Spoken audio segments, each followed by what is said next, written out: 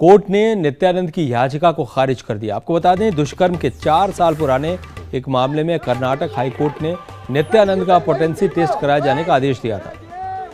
नित्यानंद ने कर्नाटक हाईकोर्ट के फैसले के खिलाफ सुप्रीम कोर्ट में चुनौती दी थी, जिसे कोर्ट ने खारिज कर दिया।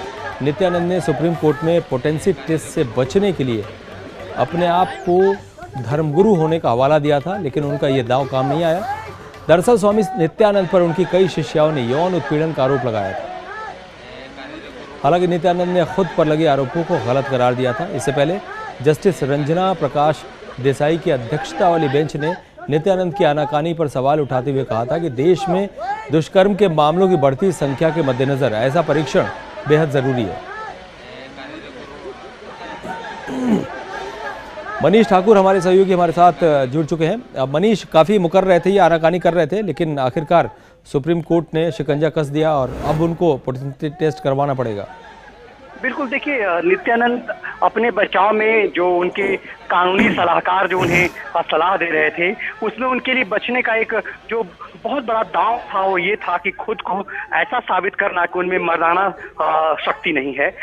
इस लिहाज से वो किसी भी स्त्री के साथ वैसा संबंध नहीं बना सकते। इस दलील के आधार पे वो रेप का जो गंभीर आरोप के ऊपर है उससे वो बच सकते थे।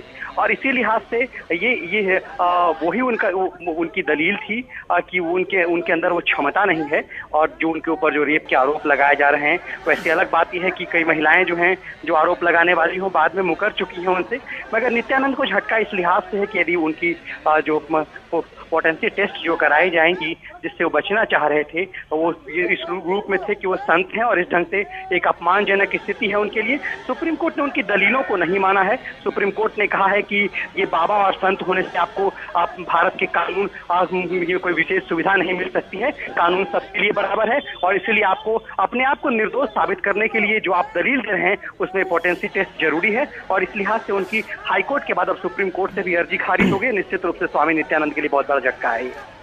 मनीष जी, एक अहम बात है, जैसे कि आपने बताया कि बहुत सारी महिलाओं ने जिन्होंने आरोप लगाया था यौन उत्पीड़न का नित्यानंद पर, उनमें से कई महिलाएं मुकर चुकी हैं। लेकिन अगर इनका पोटेंसी टेस्ट होता है, जैसा कि एकदम आसार नजर आ रहे हैं, और अगर उसमें वो पॉजिटिव पाए जाते हैं, तो इनकी सारी दलीलें जो कोर्ट को पहले इन्होंने दी हैं वो खारिज हो जाएंगी। फिर उसके बाद क्या हो सकता है?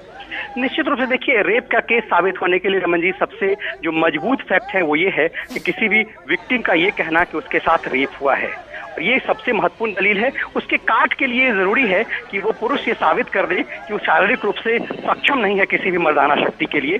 तो ये नित्यानंद यदि ये साबित कर पाते कि वो ऐसी शक्ति उनके अंदर नहीं है, तो उनके बचाव का एक बहुत महत्वपूर्ण कारण हो सकता था।